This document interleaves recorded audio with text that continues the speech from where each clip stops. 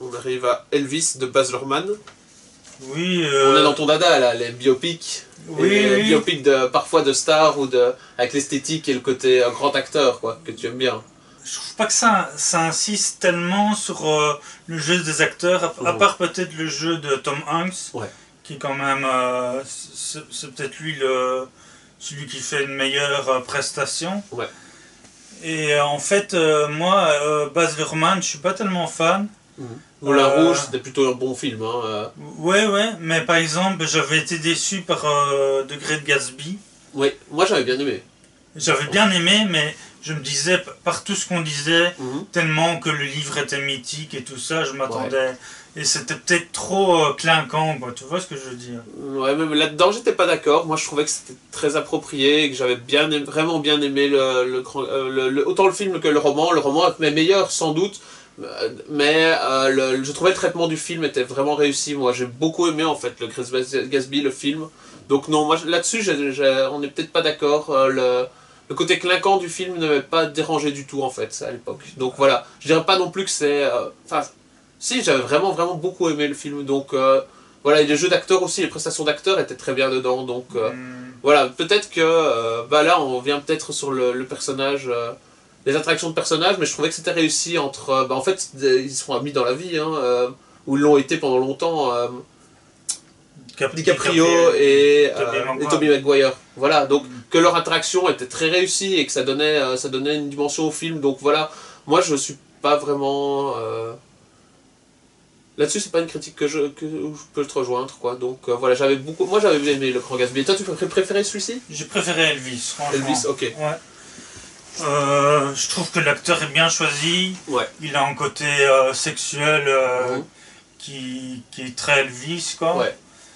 Et je t'avais dit ça à l'époque, Baz Luhrmann s'était inspiré de Amadeus, le film. Qui est excellent aussi, ouais, c'est vraiment très bon. Et donc au début, comme je te dis, comme le style clinquant, ça me faisait un peu peur, j'aurais peut-être préféré par exemple James Mangold, qui a fait le biopic sur Johnny Cash. Ouais. Mais je trouvais que c'était, comme tu dis, c'était très bien fait et pertinent sur Elvis, quoi. Ok.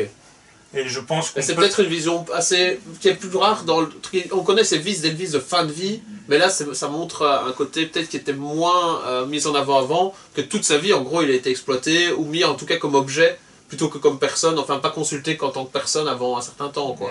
Donc c'est peut-être ce côté-là qui était nouveau à mettre dans le film, qui était intéressant. Et je pense franchement qu'on peut aimer le film en n'aimant pas Elvis, quoi. Ok, voilà, parce que moi c'est le côté Elvis m'intéresse pas énormément, même si ça, je dirais pas que c'est sans intérêt, mais c'est pas ce qui me donnera envie d'aller voir le film. Mais tu trouves que en propre, quoi, comme film, même si on le prend comme fiction ou comme vraiment comme objet cinéma, quoi, que ça vaut la peine, comme ok.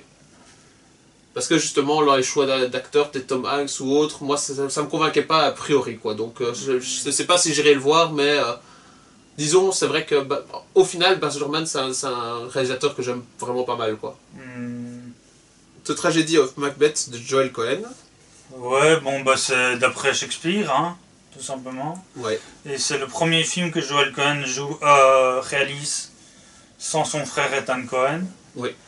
Et là, c'est plutôt un Joel Cohen sérieux. C'est Denzel Washington qui joue Macbeth. Ouais.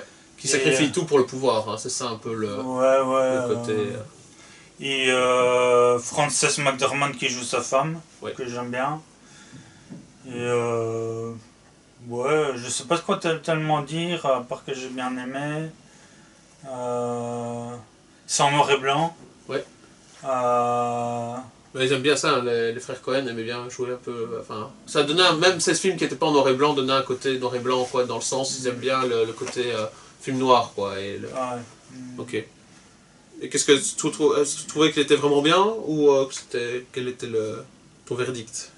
Que c'était un film assez beau, mais j'ai trouvé le vocabulaire était fort... Théâtral? Non, était fort...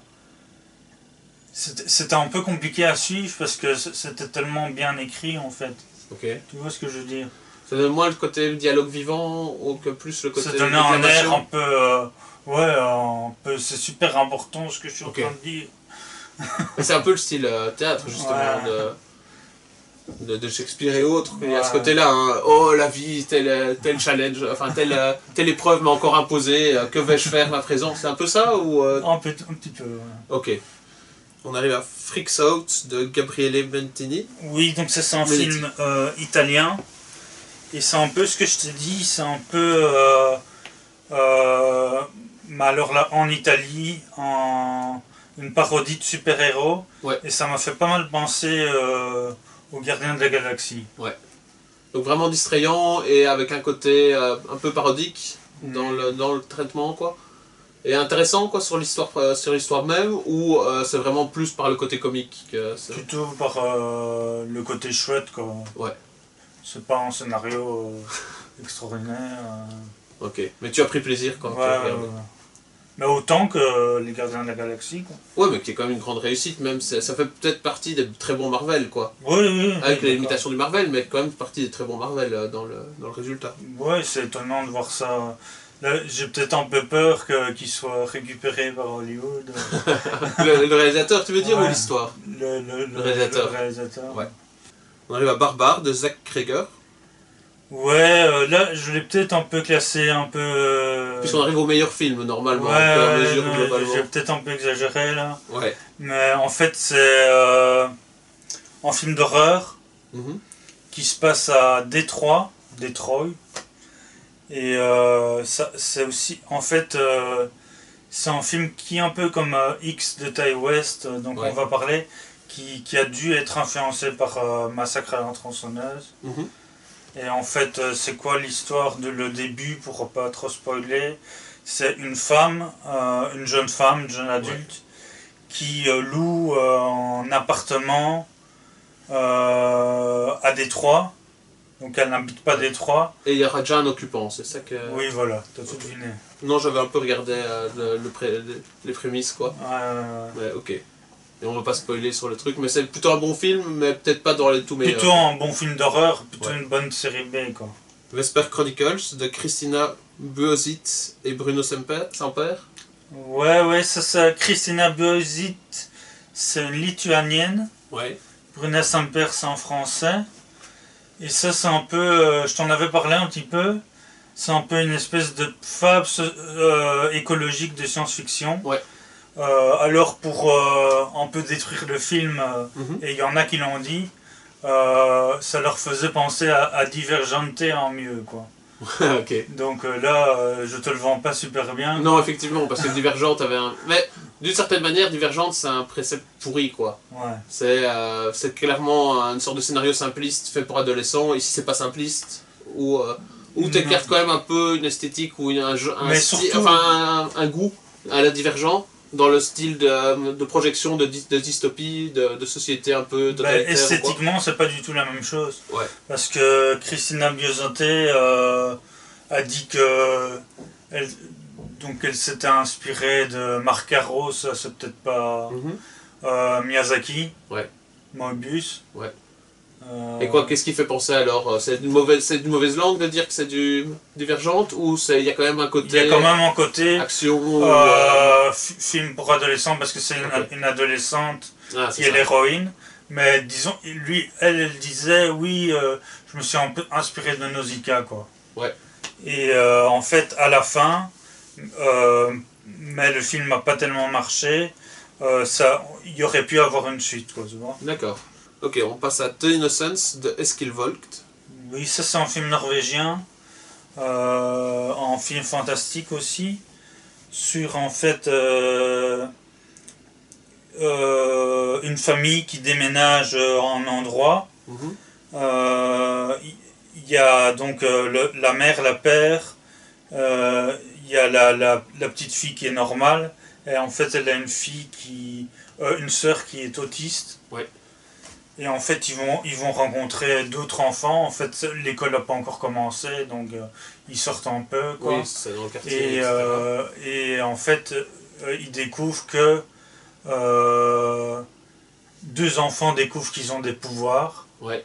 Et la fille qui est autiste en a aussi. D'accord. Et il y a des... En fait, ça va assez loin. Je sais pas si je peux spoiler ou... Ça m'intéresse comme film, donc tu peux légèrement peut-être, mais si tu veux expliquer plus en avant, mais peut-être pas me raconter... Non, en fait, à un moment donné, comme en fait, un des garçons a un pouvoir, et que il y a des histoires de meurtres qui vont se passer, quoi, en fait. Ok, ok. Est-ce que c'est un peu dans le style, même si c'est peut-être avec des enfants plus jeunes, c'était quoi le film où tu vois le côté tragique quoi, de quand on prend des pouvoirs avec du foirage? C'était Chronicles? Est-ce que c'est un peu dans ce genre-là ou moins spectaculaire? Je dirais que c'est mieux que Chronicle. Ok, ce qui est pas impossible, hein. Chronicles n'était pas parfait, je trouvais qu'il était interpellant et intéressant parce que c'était un angle qui n'avait pas été fait beaucoup sur les super pouvoirs, mais par contre que c'était pas non plus le meilleur film du monde, hein, mais intéressant quoi. Ouais, c'est un bon film, hein, franchement. Ouais. Ok, donc The Innocent est meilleur pour toi que... Ouais. Ok, donc ça vaut la peine d'être vu sans doute. Ok, et on passe à ton film fétiche, X de Ty West. Oui, alors là ça se passe dans les années 70. Il y a un groupe qui veut faire un film porno. Au Texas. Ils le font au Texas parce que les décors sont moins chers. Dans une maison au Texas. Ouais. Et en fait, ils vont tourner là avec Jenna Ortega, trop bonasse. Voilà. Et Mia Goth, qui était dans Nymphomaniac volume 2. Voilà, donc t'es déjà habitué. Ouais, et en fait, donc ils vont filmer leurs horreurs. Et à côté, dans la maison à côté à qui ils ont loué, il y a un couple de vieux qui...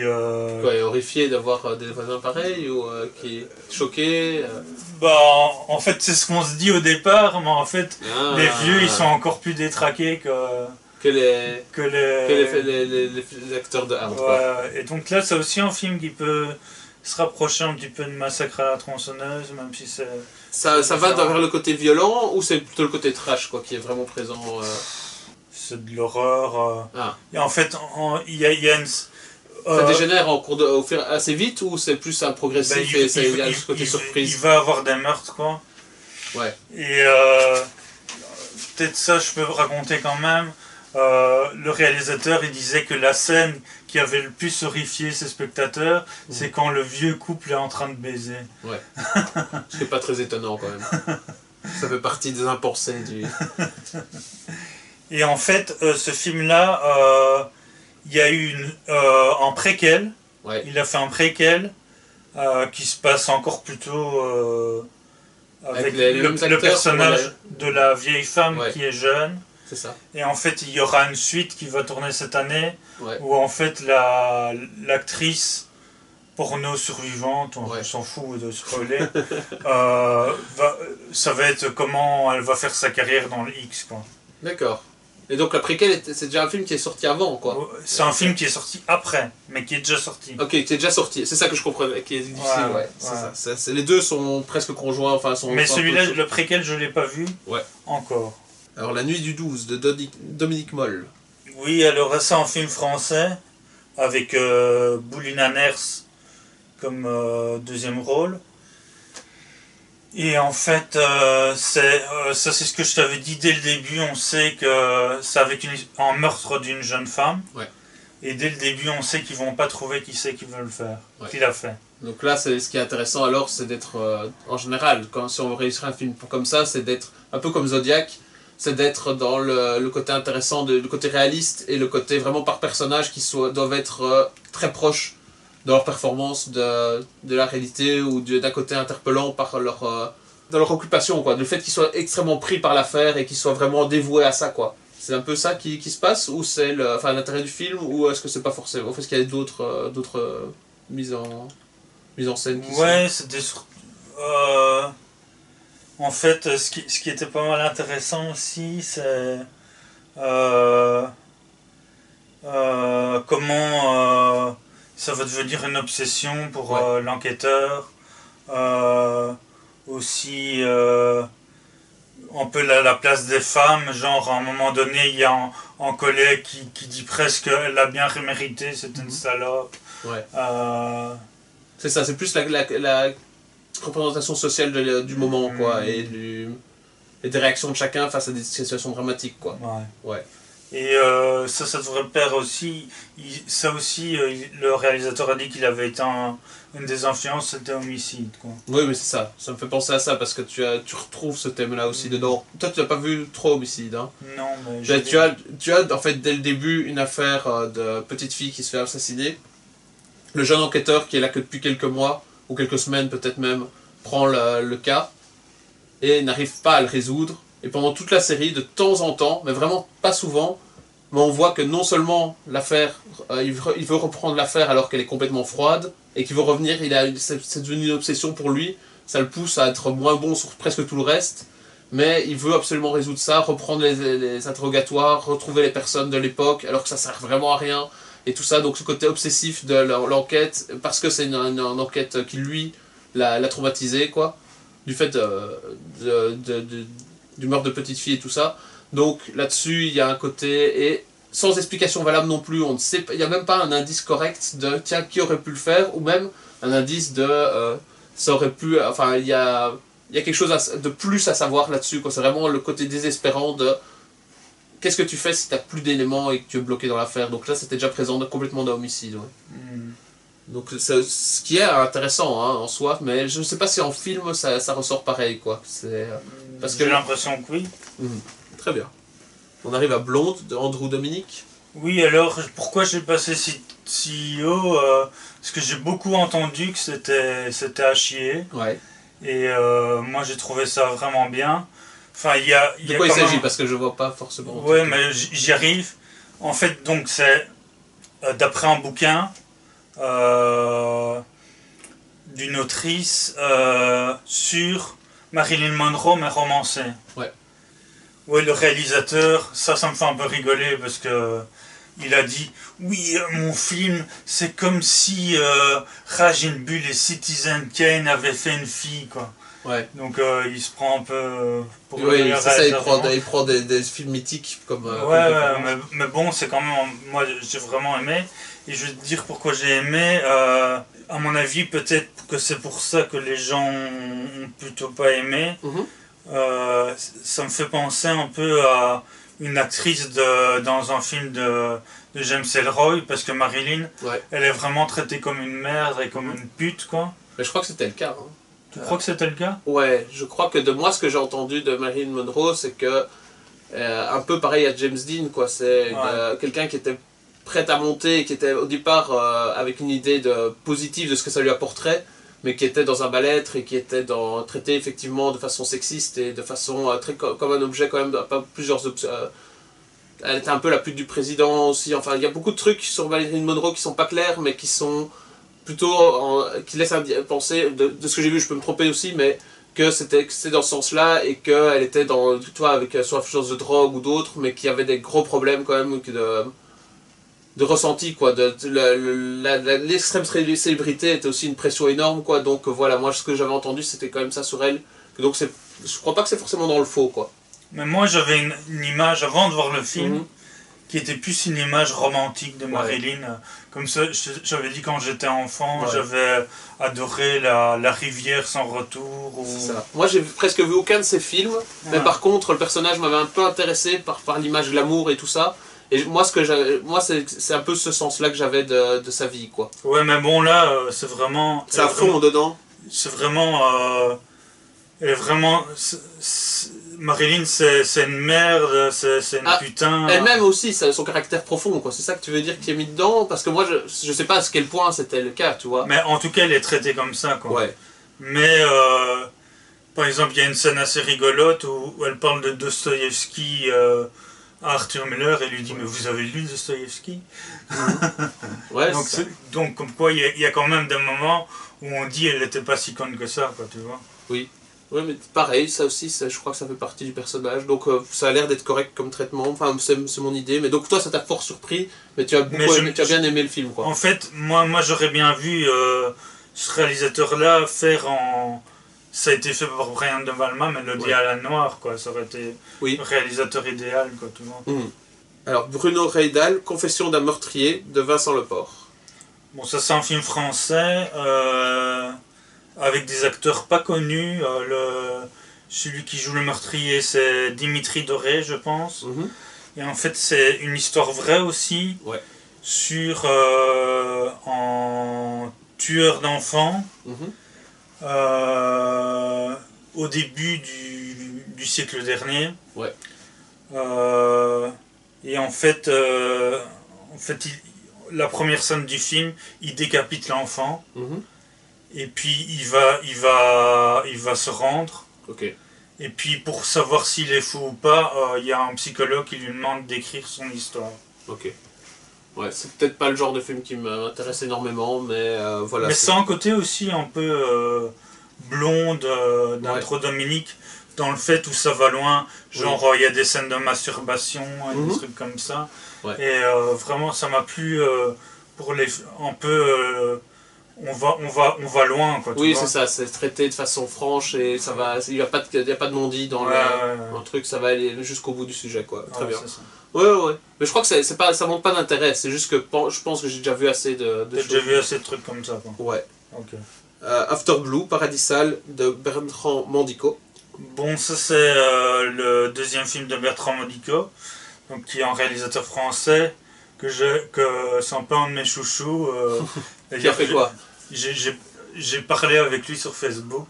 Ouais. Mais qu'est-ce qu'il a fait de fantastique déjà auparavant?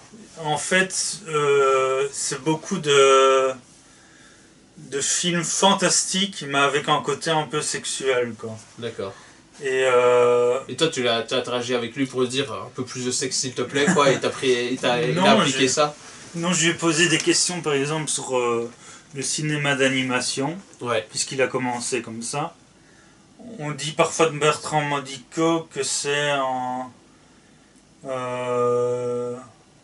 héritier de Jean Cocteau, pour l'aspect surréaliste. Ouais. Et en fait, moi, je verrais bien ça aussi, mais ce film-là, encore plus que le précédent, en fait, c'est donc un film fantastique. Non, c'est carrément un film de science-fiction, avec un côté sexy. Et ça m'a fait pas mal penser à un vieux film français que j'avais vu, Spermula. Ouais, je sais pas du tout ce que c'est. Qui a un titre horrible. Oui, c'est ça. Ça a l'air d'être un porno, quoi. Et qui est en fait un film de science-fiction français, sexy, et qui, à l'époque, ça a été vraiment pris pour une série Z. Tout le monde disait que c'était de la merde, et c'est devenu un film culte. Et ça m'a vraiment penser à ça, quoi. Ok. Et moi, j'aime... Le scénario dedans est important, ou c'est plus le fait que c'est... Non, pas tellement. Mais l'esthétique et la réalisation est intéressante. Ouais, voilà. Ok. On arrive à RRR de SS Rajamouli.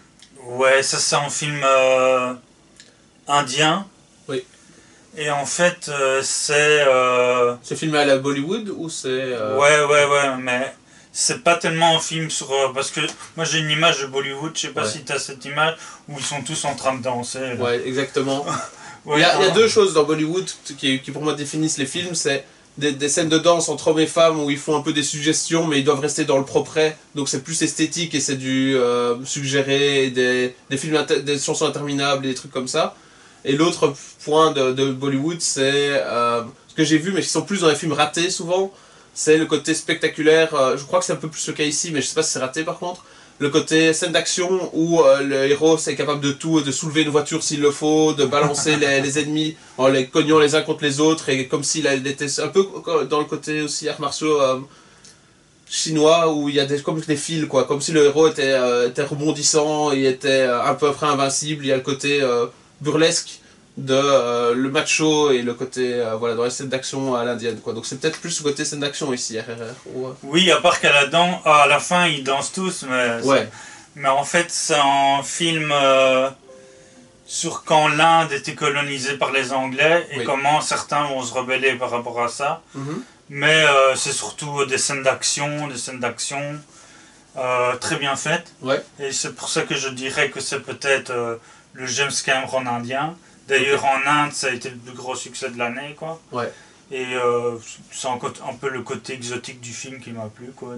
Que j'ai pas l'habitude de voir ça. Mais ça en mettait, t'en avais pour ton argent quand tu regardais ces actions, et je trouvais que c'était bien réalisé, quoi, que c'était pas juste ridicule ou too much tout le temps. Non, comme du James Cameron, quoi. Ok. On arrive sans doute au meilleur du meilleur maintenant, avec Asbestas de Rodrigo Sorogoyen. Oui, c'est un film espagnol, d'un réalisateur espagnol, mais avec deux acteurs français, Denis Ménochet qui était déjà dans le François Ozon, et Marina Foïs. Ouais. Actrice que je connais pas mal, mais oui, qui a eu son succès il y a plus de 20 ans, quoi. Ouais, qui est encore dans des films un peu d'auteur, quoi, souvent. Ouais, et ben je te disais, je te l'avais dit au téléphone, Marina Foïs, c'est pas une actrice que j'aime spécialement, mais là elle m'a vraiment bluffé, quoi. Ok. Mais souvent elle joue des personnages un peu rébarbatifs, tu vois, ou qui tirent la gueule, ou qui sont un peu comme ça, quoi. Mais en fait, un peu dans la première partie du film, elle est un peu comme ça. Et dans la deuxième, il s'est passé un événement qui fait qu'elle doit plus prendre ses responsabilités. Et elle devient assez épatante, quoi. Ok. Et c'est quoi l'intrigue L'intrigue, en fait, je sais pas si c'est malin ou très con, Sorogoyen a vendu son film en disant c'est le nouveau Chien de paille. Je sais pas si tu as vu les Chiens de paille. Non. En fait, c'est un couple, Dustin Hoffman et Suzanne George, qui s'installe dans le vieux patelin où a vécu Suzanne George quand elle était jeune, quoi. Et en fait, les gens, les habitants voient dans mauvais oeil ce qui se passe. Elle va même se faire violer, quoi. Et Dustin Hoffman va prendre son fusil, il va tous les buter. Et en fait, ça commence un peu comme ça. Donc c'est un couple de Français qui est en Espagne et qui sont pas très bien acceptés là-bas. Qui sont pas très bien acceptés par les Espagnols. Et alors tu vas t'attendre que ça dégénère. Oui, ça dégénère, mais tu vas t'attendre qu'après il y a un truc de vengeance et qu'ils fassent tout péter. En fait, pas du tout. Il y a une espèce d'enquête très cérébrale qui se passe, sans pas du tout de violence. D'accord. Et Marina Foïs se révèle, quoi. Ok. Donc bien mené du début à la fin, tu trouves, et dans le scénario c'est intelligent. Surprenant. Ok. Ouais. Alors on arrive aux deux derniers. Limbo de Tsoi Cheang. Donc alors ce n'est pas le Limbo, la comédie britannique qui est sortie l'an passé. Comme ça il n'y a pas d'équivoque. Ouais. Et c'est un polar hongkongais, assez violent, parce qu'en fait c'est une enquête policière avec un tueur qui coupe les mains des femmes. C'est en noir et blanc, c'est très noir en fait. Et voilà. Toi t'as trouvé que c'était vraiment bluffant, que c'était un ouais, c'était tellement noir que... Ok. Mais il y a aussi un côté un peu que j'ai choisi, un peu un côté exotique qui a fait aussi que ça m'a tellement plu, quoi. Moi, hongkongais donc. C'est ça? Hongkongais. Ok. C'est plus de l'action ou plus de l'enquête et du plus de l'enquête. Plus de l'enquête. D'accord. Je ne saurais pas juger comme ça sur les prémices. Et on arrive à un de tes auteurs chouchous, Vortex par Gaspard Noé. Ouais, alors... Donc, est-ce que c'est aussi fort que c'était quoi avec le boucher dedans que... Seul contre tous. J'ai quand même préféré Seul contre tous. Ouais, qui est quand même un film jouissif aussi à sa manière, mais qui est vraiment hyper unique, quoi. Qui est un ovni du cinéma dans la façon dont ça va être mis, quoi. Et donc là, c'est un film, le concept de départ pourrait faire penser à Amour de Michael Haneke. Je sais pas si tu l'as vu. Si, je sais ce que c'est. Et c'est traité autrement. Donc en fait, le couple est joué par l'homme Dario Argento. Donc ça, tu sais qui c'est. Oui. Et Françoise Lebrun, la femme. Le fils est joué par Alex Lutz. Je sais pas si tu connais pas. Qui a joué dans des comédies plutôt. Il y a un parti pris de mise en scène qui est assez important, puisque c'est en split. L'écran est coupé en deux. Avec d'un côté l'homme et d'un côté la femme. Et parfois ils sont ensemble, mais l'écran reste coupé, quoi. Ouais. C'est ça. La femme, elle va, à un moment donné, elle va se dégrader, enfin, elle va avoir Alzheimer. Ouais. Mais parfois, il y a une scène qui est pas mal faite. en fait, elle se perd dans la ville, Ouais. et il y a lui qui la cherche partout. Mhm. Et mais je t'avais dit, quand j'avais vu, j'étais pas sûr à 100% pour le split screen, mais cette scène-là, ça avait tout son poids, quoi, Okay. de le faire en split screen. Et on se doute ce qui va se passer, quoi. Ils vont mourir, quoi. Ouais. Mais il paraît que ça, enfin moi ce que j'ai vu dans les critiques et tout ça, c'était que ça restait du Gaspard Noé, mais que c'était un de ses films les plus calmes quand même. Peut-être moins choquant, moins... Ben moi je trouve que ça ressemble pas du tout à ce qu'il a fait Voilà. jusqu'à présent. Parce que les détracteurs de Gaspard Noé disent souvent qu'il est immature et tout ça. Donc ça... Ouais, qui cherche le trash pour choquer, enfin le choc et le... Donc ça c'est son film d'adulte, quoi. Ouais. Même si c'est oui, c'est ça, mais limite c'est souvent des réalisateurs très âgés qui font des films sur la mort ou la fin de vie. En fait, sa mère est morte, elle avait Alzheimer. Donc c'est un peu aussi, quelque part, un peu autobiographique, quoi. Et ça garde quand même le ton Gaspard Noé ou la façon de traiter, ou c'est vraiment tellement différent dans les dialogues plus posés du... Je pense qu'on peut ne pas aimer Gaspard Noé et aimer le film. Oui, mais pour ceux qui aiment Gaspard Noé, est-ce que tu retrouves quand même sa patte et sa manière? Parce que c'est bien filmé, non, pas vraiment. Okay. Et tu penses que tu mettrais ça comme film de l'année ou dans ce que tu as vu? Ou est-ce que j'hésite entre Vortex et Asbestas. Et tu trouves globalement que 2022, tu partais sur l'idée jusqu'il y a peu que c'était une année très décevante, et maintenant tu as peut-être un peu changé d'idée qu'il y avait des films qui en valent la peine, même si c'est pas la meilleure des années, quoi. Ben, je trouve que c'est une bonne année pour le cinéma d'horreur américain. Ouais. Il y a pas mal de films d'horreur américains bien. Enfin, j'ai pas dit des chefs-d'œuvre nécessairement, mais qui sont sortis. Et c'est une bonne année pour le cinéma français. Il y a pas mal de films français. C'est l'impression qu'il y en a. Il y a des années où tu retrouves un maximum de films dans un top 20 ou quoi qui sont français parce que le reste c'est pourri, quoi. Mais globalement, il n'y a pas de choses qui t'a éclaté où tu te dis voilà, ça m'a bluffé du début à la fin et je suis le... Non, finalement, en fait, mon top de l'an passé qui a été effacé de YouTube... qui reprenait quoi, de mémoire? Il y avait moins de films, mais les films que j'ai aimés, à mon avis, ils étaient quand même... il y avait Onoda, Annette, de Carpenter. Et je pense que là, c'était vraiment des très très bons films. Et même si, en fait, l'an passé, j'avais cité que 20 films, et cette année, j'en ai cité 50. Il y avait peut-être moins de films que j'avais vus, mais ceux que j'avais aimés, j'avais vraiment plus aimé, quoi. D'accord.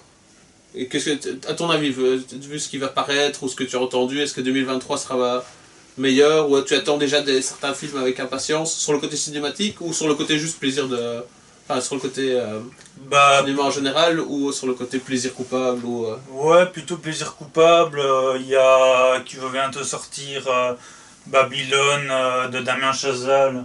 C'est que j'ai l'affiche de La La Land, ce magnifique plaisir coupable. Tout à fait. Avec Margot Robbie. Au début, c'était Emma Stone qui devait le faire, mais c'est finalement Margot Robbie. Mais comme elle joue une traînée, c'est peut-être mieux. Elle a plus le style. Ça dégage un peu plus ça dans ses rôles, oui. Donc aussi plaisir coupable, le nouveau Nolan, peut-être. Ouais. Et peut-être plaisir coupable Dune 2 aussi. Oui. Mais je sais pas ce qui sort vraiment comme film d'auteur qui peut marquer vraiment l'année, je ne sais pas. J'ai pas encore fait... Mais comme chaque année, tu en trouves toujours. Bah, bien sûr. Même si je vais voir au cinéma Les Animaux Fantastiques et Jurassic World, c'est que je suis prêt à tout. C'est vrai. Très prêt à tout pour l'art. Merci Larranger pour ton sacrifice et ton dévouement.